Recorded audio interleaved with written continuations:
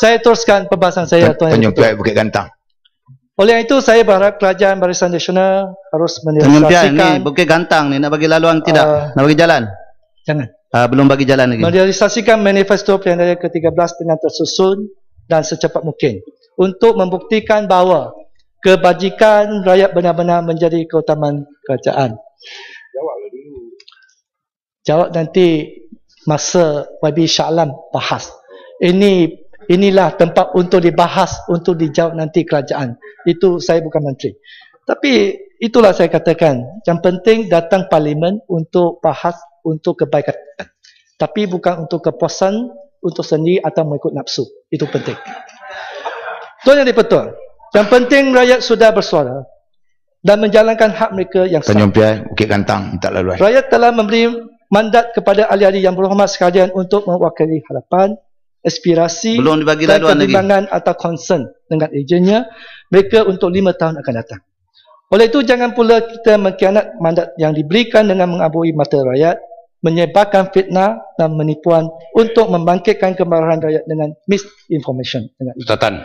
Blackout tidak ada, mereka kata ada blackout. Pengundi Bangladesh tak ada, mereka kata ada pengundi Bangladesh. Inilah yang berlaku pada pilihan raya umum yang lalu. Hentikan semua ini. Belakang-belakang.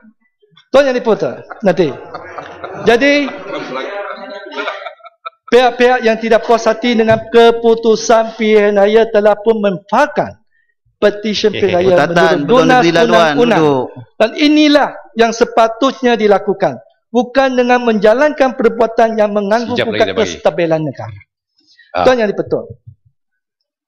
Ini kawan. Itulah. Bukan macam Shah Alam, bagi laluan Shah Alam dia ambil, dia salah gunakan dia punya flow. Ini Shah Alam. Tanjung Piai. Jawapan Menteri Penerangan dan Multimedia tadi pagi. Responden yang menyokong perpaduan negara 30,000. Dan yang bersetuju kepada perpaduan adalah lebih daripada 80%. Ya, setuju tadi tak pakai klaim satu Malaysia. Salam, saya suruh kau pakai satu Malaysia punya badge. Tak pakai.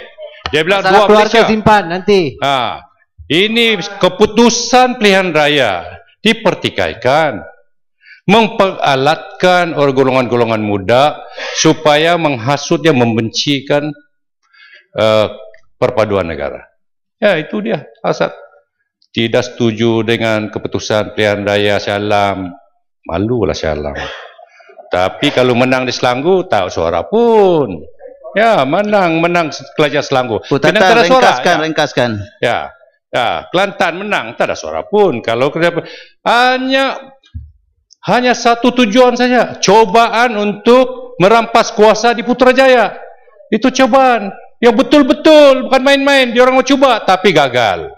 Jadi bila gagal, beginilah keadaan kecak-kacir, berdemonstrasi, berhimpun, baring di tengah jalan. Itukah rakyat Malaysia ni? Bawa Bangla kononnya. Tanjung Piai setuju tak? Ya. Tanjung Piai minta laluan ke Gantang. Sila. Tuan Yang Dipertua, terima kasih kepada Tanjung Piai kerana berani memberi laluan berbanding dengan Lenggong. Lenggong tu adik-beradik.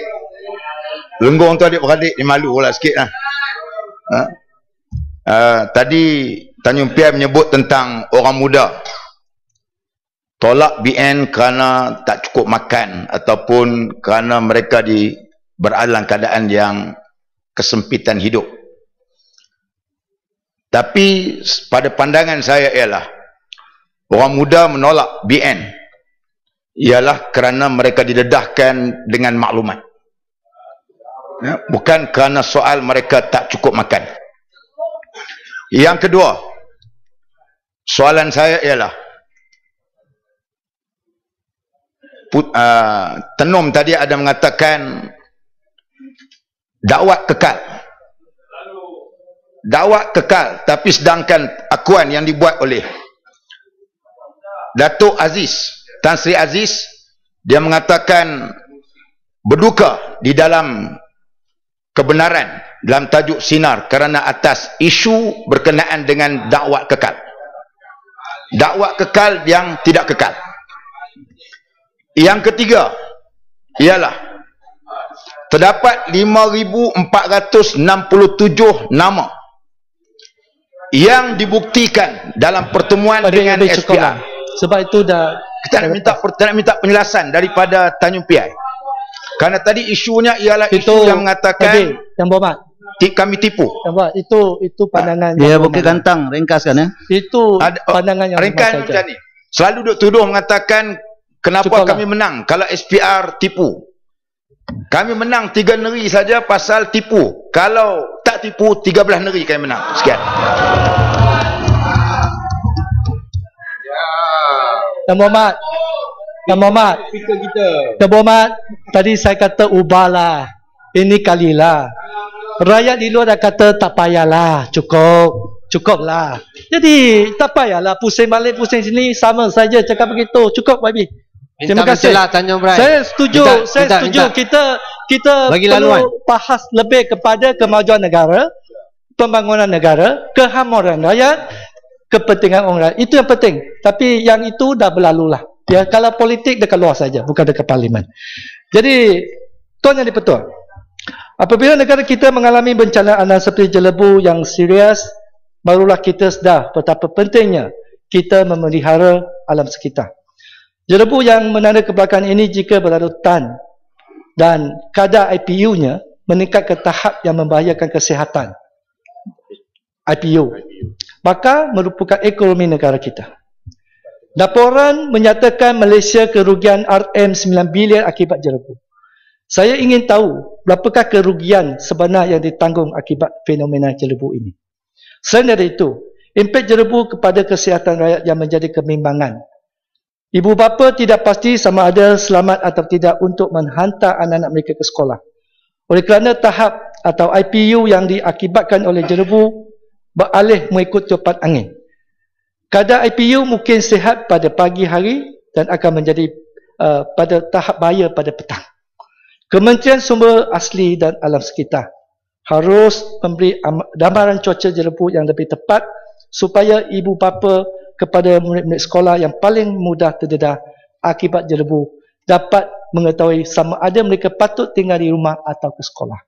Ada ibu bapa yang mengatakan kepada saya, jika anak-anak mereka sakit akibat jelebu dan amaran tidak dikeluarkan supaya sekolah ditutup, siapakah yang bersalah? Ya, justru itu saya memohon Kementerian Kesihatan sebagai custodian of public health dengan izin harus memantau keadaan jelebu dan mengeluarkan amaran yang sepatutnya demi keselamatan rakyat jelata. Tuan Yang di-Pertua, saya juga memohon Kementerian Luar memberi desakan kepada kerajaan Indonesia melalui saluran diplomatik untuk mengesahkan perjanjian ASEAN mengenai pencemaran jelebu meretasi sempadan yang telah digunakan pakai pada tahun 2003.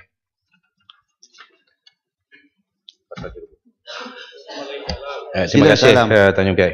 Pasal jelebu ni memang satu isu yang cukup penting dan saya sokong apa yang disebutkan oleh Yang Berhormat Tanjung Piai.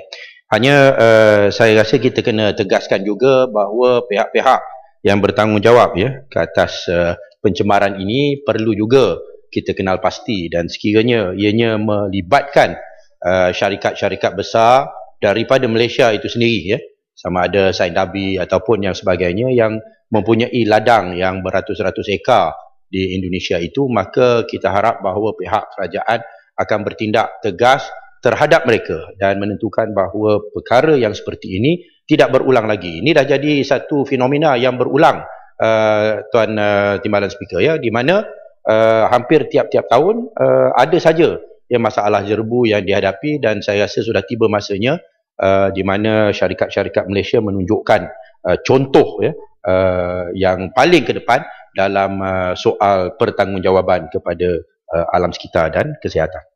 Okay. Ini yang patutlah. Boleh terima Yang Berhormat Shah Alam. Tuan Yang di-Pertua, saya ingin merakamkan terima kasih kepada Yang Berhormat, Yang Amat Berhormat Perdana Menteri yang telah memperkenalkan Dasar Transformasi Nasional. Dasar ini merangkumi program transformasi kerajaan GTP, program transformasi kerajaan GTP, program transformasi ekonomi ETP. Bersama-sama program transformasi politik dan program transformasi sosial. Dasar ini harus diteruskan kerana setelah diperkenalkan kejayaan demi kejayaan dikecapi walaupun pada masa yang singkat. Dasar transformasi nasional adalah wadah untuk menunjukkan keiktizaman kerajaan bahawa kerajaan ini adalah kerajaan yang mengamalkan prinsip ketelusan dan kebertanggungjawaban terhadap rakyat. Melalui GTP dan ETP, rakyat boleh menilai prestasi kerajaan menerusi laporan tahunan.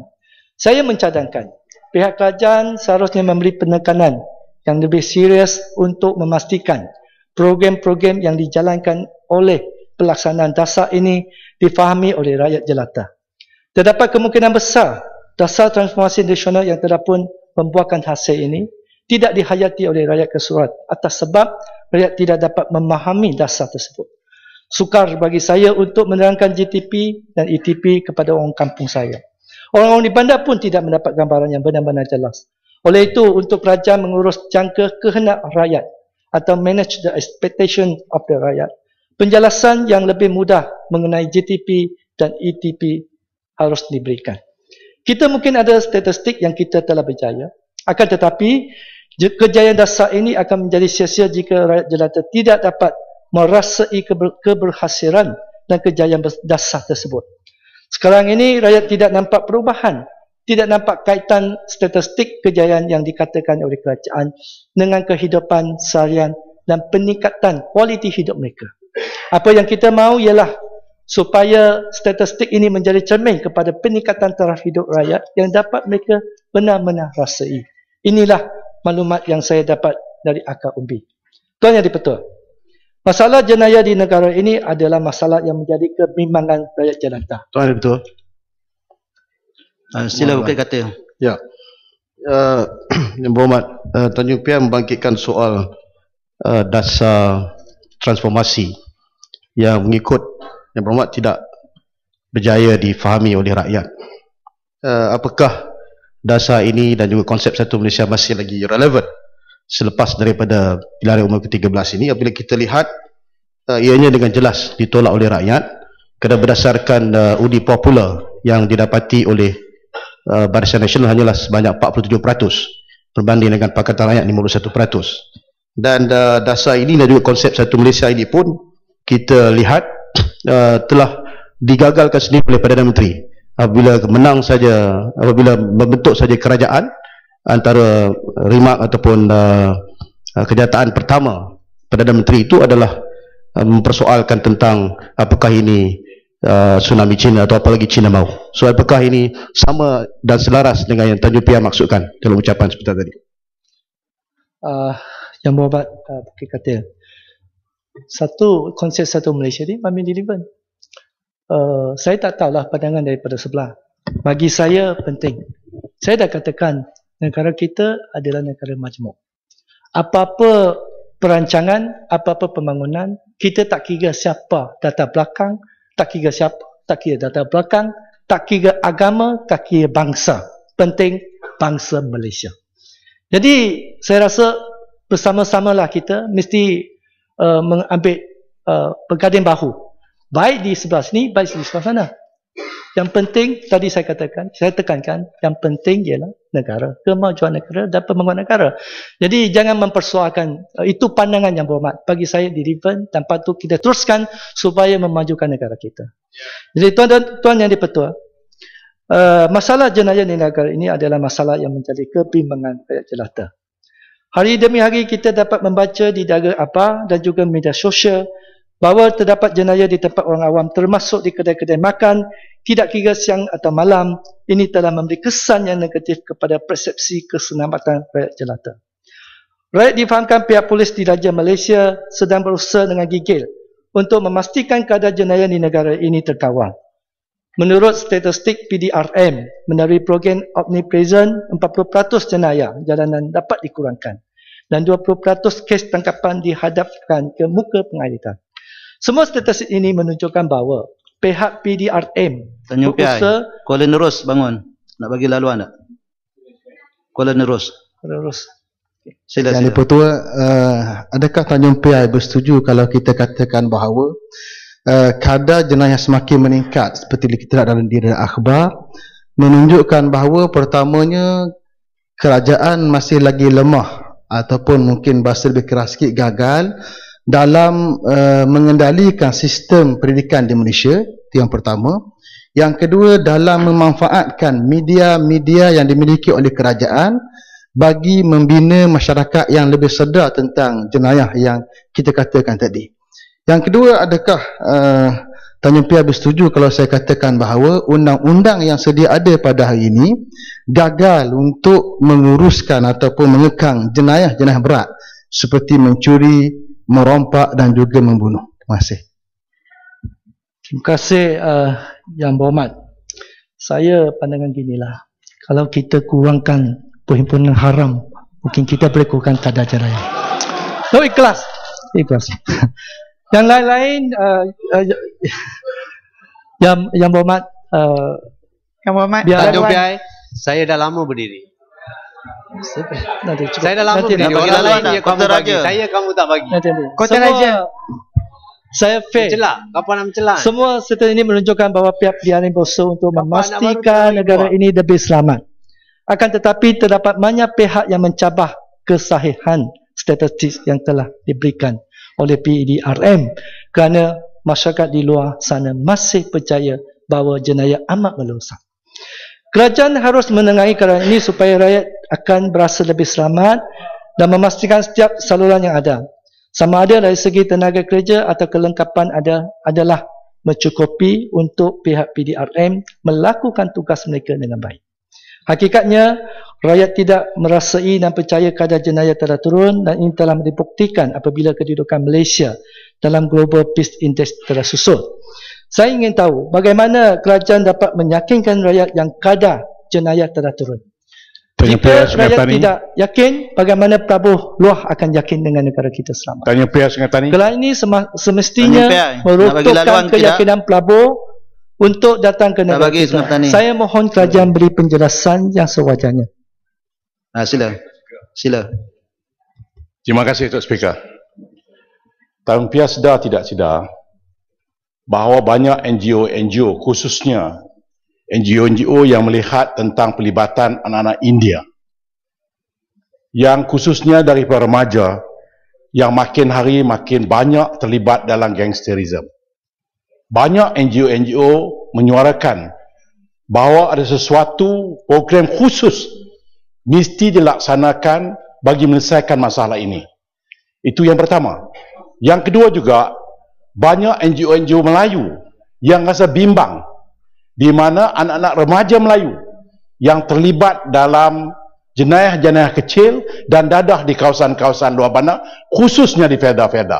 Yang bab Cina ni dah selesai dah. Tetapi yang hak India dengan Melayu ni makin hari makin banyak, dan saya dimaklumkan oleh kementerian kes-kes dadah untuk orang Melayu dah mencapai 92%. Jadi apakah pandangan Tanjung Piai harus ada program Korea khusus daripada kita cakap hamdam berdatar saja? Terima kasih. Terima kasih Speaker. Kota Raja dulu. Tanjung Piai. Saya memang sedar, bukan tak sedar. Bagi laluan ni. Tapi itu saya katakan yang penting ialah kita bagilah pandangan di dalam Dewan ni.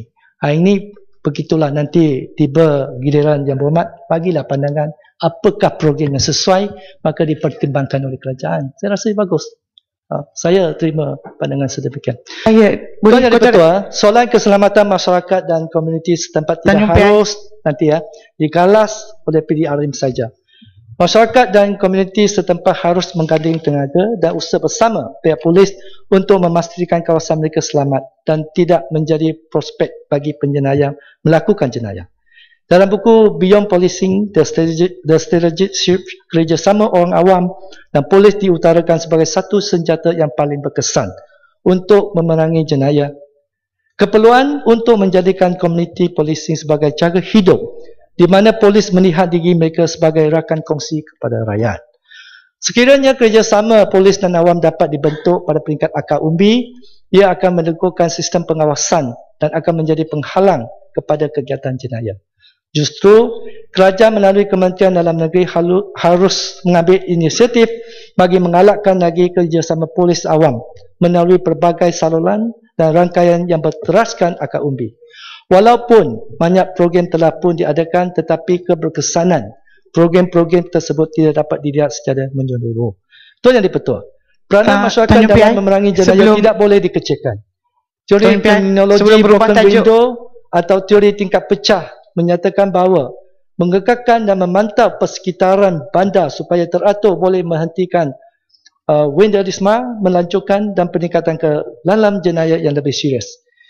Ini bermakna kawasan bandar yang diselenggara dengan baik, kawasan dalam keadaan bersih dan cantik dapat menghentikan jenayah kecil dan vandalisme kerana naluri manusia adalah hidup di kawasan yang teratur. Tanjung Piai.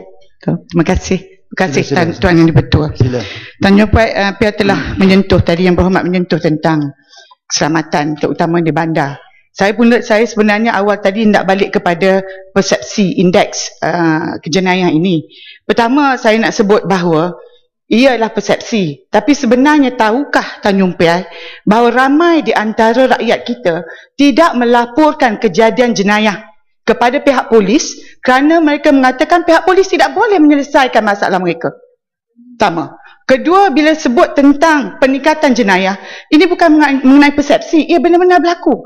Kalau Tanjung Piai tengok di Selangor, di semua kota-kota besar, semua taman perumahan sekarang menuntut untuk membina guarded and gated yang menyalahi undang-undang peraturan kecil PBT.